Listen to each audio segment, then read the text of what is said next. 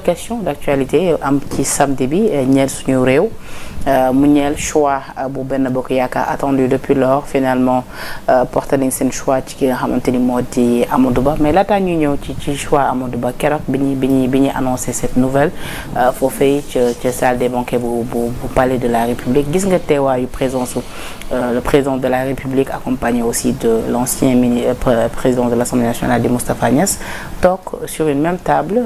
mais gisuñu ko mu prononcé wu là-dessus Moustapha Niasse la bàyyi ak mbir yi parce que nee nañ dafa grippé ak ñu mel mais déjà sur la forme sur le plan de la com ban gis-gis nga ci am grand. Moi je crois que c'est une logique ça voudrait dire que xam nga même ci affaire kii bi fi amoon mooy li gars yi organisé woon pour avant ñuy changer loi bi pour ak ñoom Khalifa Sall nu mu tëddee woon sax dialogue national bi gis nga ni Moustapha Niasse la jiitaloon aussi ah je crois que Moustapha Niasse ak loolu day wéy ci benn xalaat kese mooy Moustapha Niasse ak Macky Sall c'est vrai que il ne se met pas forcément avant 2012 mais après 2012 bi élection législative élection présidentielle yi amee ci période entre les deux tours la ñu gën a xamante parce que man pour li ma jot a xam ñoom ñaar mosuñu bëggante trop parce que affaire ancien la woon ak ku ndaw ak xam ni ñu koy waxatee entre affaire mag la woon mag ak xale la woon Moustapha Niasse qui faisait de la politique depuis que Macky Sall était encore justement à l'école primaire dans les années 60 il était déjà rappelé que ni 62-65 je crois entre cette période-là Moustapha Niasse a été le chef de cabinet du président Senghor ou directeur de cabinet du président Senghor président de la République Senghor moment boobu donc xam nga kon Moustapha Niasse yàgg na ci l'ambris du pouvoir yàgg na ci nguur donc moo tax ça me fait penser juste ay 2011 pendant que mu amoon ay séminaire u Benno Siggil Sénégal pour ñoom ñu xam kan moo war a nekk candidat bi jàkkaarloog Abdoulaye Wade pour éventuellement le remplacer moment boobu xam nga waa Benno Siggil Sénégal comme kii la woon rek tey jii nii comme groupe Yewwi Askan Wi nii bi ñu daan daje ca hôtel bi nekk tudd Ngor Diarama ci séminaire yooyu je me rappelle parce que séminaire il y en avait 7 j'avais participé aussi séminaire j'étais encore à l'étranger mais chaque weer dafa doon am benn séminaire donc je venais dans ce séminaire là et quand je voyais réunion yi ñu doon def pour se préparer contre le président Abdoulaye Wade fexe ba daaneel ko autour d'une grande coalition qui s'appelait justement Benno Siggil Sénégal moment boobu Moustapha Niasse semblait être au-dessus moom ak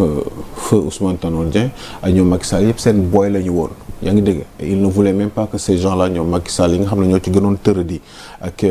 quelqu'un comme Cheikh Bamba Dièye ñeneen ñëpp àndoon nañ ci ñaari nit ñoo waroon nañ jiite Sénégal pour remplacer Abdoulaye Wade muy ou Moustapha Niasse ou Ousmane Tanor Dieng donc Macky Sall bi nga xam ne dafa tëradi woon mook Cheikh Bamba Dièye Macky Sall Ousmane comment dire le Moustapha Niasse et Ousmane Tanor Dieng n'aimaient pas trop Macky Sall surtout que dafa dëgëroon bopp. Comme pour dire qu'entre-temps ils ont réussi à tisser des liens forts. waaw ci diggante buy nag waaw foofu la sax dañu amoon ay tiraillement entre ñoom ba je crois que ni il ne s'aimait pas trop. Peut-être qu'il se respectait selon ni ma doon gisee mais il ne s'aimait pas trop mais bi Macky Sall demee deuxième tour parce que dafa dëgër bopp ne moom du génn Benno Siggil Sénégal waaye day nekk candidat alors que ñoom Moustapha Niasse ak Tanor dañ ko ne woon ñoom ñaar kese ñoom ñoo war a nekk candidat ak ñeneen ñi dañu war a topp seen ginnaaw moom ak Cheikh Bamba Dièye ñu dëgër bopp dem nekk candidat yàlla def ni ñoom tamit bi ñu demee moom ak Ousmane Tanor Dieng ci élection présidentielle kii ak Benno Siggil Sénégal kii Benno ak Tanor eh bien yàlla dafa def ni ak Abdoulaye Wade jàkkaarloo Abdoulaye Wade Macky Sall moom moo jiitu ci diggante période deux tours yooyu nag la ñu commencé di tisser ay liens. c'est-à-dire pourquoi cette question sax c'est-à-dire donte ni joxe nañ explication que ni président dafa socc dafa ànd ak baat moo tax sax mu takk masque ak yu ni mel mais bëri woon na ñu samp laaj boobu di laajte parce que jaaxaloon na quand même ñenn ñi ba sax am ñeneen ñu jàpp ni est-ce que kon Macky dëgg-dëgg kontaan na sax ci choix bi nga xamante ni porté na ko ci Amadou Ba suñu gisee. moo tax mu sol masque bi. oui. moi je pense que ni du loolu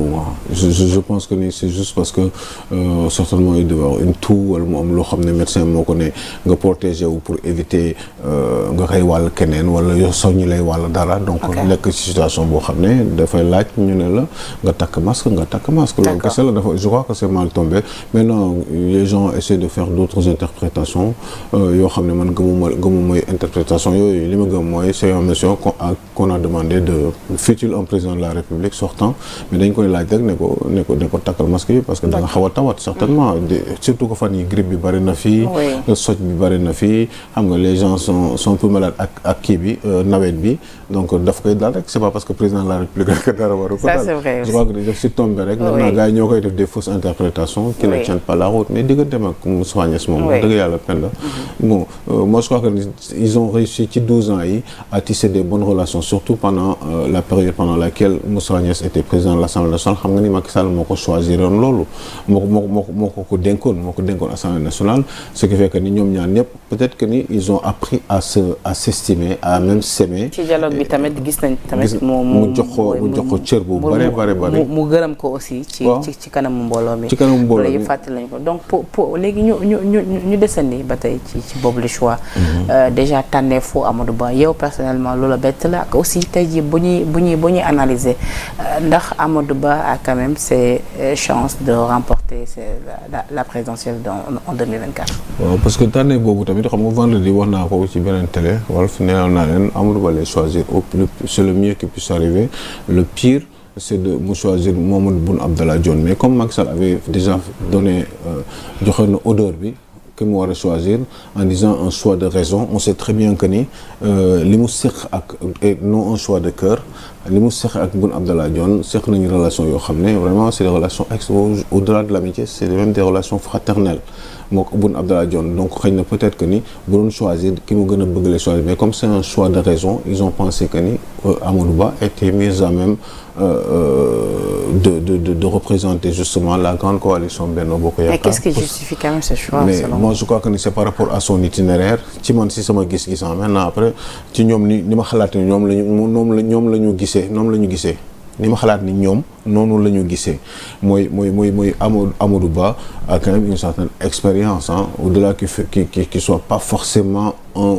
bon homme politique. Mais ci wàllum gestion des affaires publiques il a eu quand même une carrière assez ci 10 dernières années yi une carrière assez riche par rapport à certaines positions qu'il a eu au sein de l'architecture gouvernementale xool Penda Amadou Ba c'est à part moom ci Sénégal mooy le ministre des finances bu gën a yàgg ci postam fii ci Sénégal à part Abdoulaye Diop qui est resté 9 ans ak Abdoulaye Wade comme au ministère du budget et des finances, de l'économie, finance, budget. Il avait ce grand ministère-là. Amadou Ba il est resté quand même pendant 6 ans pratiquement, presque 7 ans. Donc, ku gën a yàgg ci ministère des finances et du budget et de l'économie. Donc, déjà loolu Amadou Ba a été quand même ministre des affaires étrangères. Oui. Il a été premier ministre. Donc, les échelons quand même jàll na ko ci wàllum positionnement ci architecture gouvernementale je crois que ni il a eu à faire son ba pare avant loolu si yëpp sax nekkoon na directeur des impôts et domaines donc je crois que ni am na bagage bi quand même pour nekk président de la République bu fekkee ni bàyyi nga xel ci tant sur le plan national qu'international. mais voilà affaires étrangères yaa ngi imaginer le nombre de personnes yi nga xam ne yaa ngi ñi ngay dajeel fii les présidents di yónni yëpp li nga seq ak moom ñi ngay waxal xam nga ni ngay gérer la diplomatie sénégalaise dans le monde xam nga jékki-jékki ñëwaat nekkaat premier ministre du Sénégal pratiquement topp ci président Macky Sall xam nga depuis quoi quelques 6 mois au moins Amadou Ba est premier ministre du Sénégal. di coordonner aussi yeneen ministères entre-temps oui xaw ci am tuuti donc il a une certaine expérience quand même pour asseoir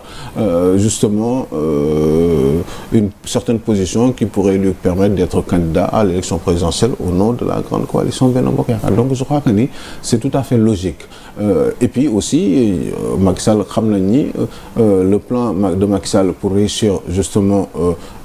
ou faire avancer le Sénégal dans le cadre de son plan Sénégal émergent xam nga ni Ousmane kii nu mu tudd Amadou Ba Penda quand même bokk na si ñi taaj plan Sénégal émergent liggéey na ci ak président Macky Sall. loolu sax bokk na ci raison yi nga xam keroog dégg nañu Moustapha Niasse wax ko. mais absolument lu ni mel bokk na ci. am na ci xam-xam pend ba pare yàgg na liggéey ak Macky Sall. Il a géré les finances du pays, il a un itinéraire à mon sens qui puisse lui permettre d'assurer une certaine continuité parce que Macky Sall li ko intéressé aussi il faut oser le dire mooy li mu waroon def après 2024 te mënu ko def moom sa propre personne parce que il n'en a plus le droit wala parce que il a pensé que il ne devait plus être candidat eh bien kenn rek moo ko mën a continuer defal moom ci gis-gisam boppam moom en tout cas officiellement ce qu'il dit mooy Amadou Ba moo ko mën a jàppale pour loolu mën a nekk léegi nag loolu moo tax certainement mu choisir ko maintenant pour loolu mu mën a nekk il faut Amadou Ba nekk président de la République te pour Amadou Ba nekk président de la République il faut que ñu choisir ko comme léegi choisir nañ ko nag il faut qu'il fasse campagne électorale problème bi kay mooy est-ce que Amadou Ba serait capable de réussir son pari maanaam mu daan ñëpp ñi nga xam ne dañ jàkkaarloog moom ci élection présidentielle yi nga xam ne moom lañ dëgmal le 25 février. Alors Amadou Ba qui est au cœur de l'État depuis plus de 20 ans. am ci expérience ñu yàgg ko confier yenn ministères yi. nekkoon na fi aussi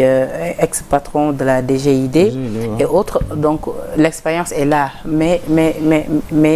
est-ce que poids électoral bi mu ngi fii bu ñu xoolee ni ñenn ñi dina Amadou Ba amul base politique ñii naan parcelle gi mu dëkk sax mënu fa gagné ñii naan code de popularité bi dees na donte ni nekk na candidat bu nga xamante ni kenn yàggu ko déggal ay mbir ci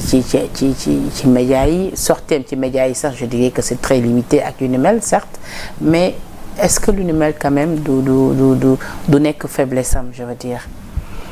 C'est-à-dire que mais loolu xam nga on ne peut que faire des supputations par rapport à tout ça Penda mais Amadou Ba dafay politique Macky Sall est un grand homme politique s'il a choisi Amadou Ba et de l'accompagner avec ñi nga xam ne moom la ñu déggal s'il le choisit c'est parce que il pense que ni war na mën a nekk. faut forcément rappeler aussi que ni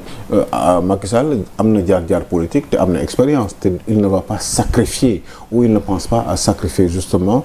cette grande coalition Benno Bokk Yaakaar en lui choisissant quelqu'un boo xam ne gëmul ni day gagner moom ci boppam gis ngeen lu mu wax bërki démb nee na man ñun dañu yoon bi ñu jël nii dañuy gagner mën nañu gagner au premier tour yaa ngi dégg kuy dem bay xalaatee loolu en faisant un choix sur la personne de Amadou Ba pour mu jiite coalition boobu à cette présidentielle de 2025 et moom moo fi waxoon aussi tamit que ni li leen mën a gañaloo moo di que ñu nekk benn ñu boole doon benn et que ñoom ñëpp ñu retrouver wu quand même autour de l'essentiel mën a porter li nga xam ne seen candidat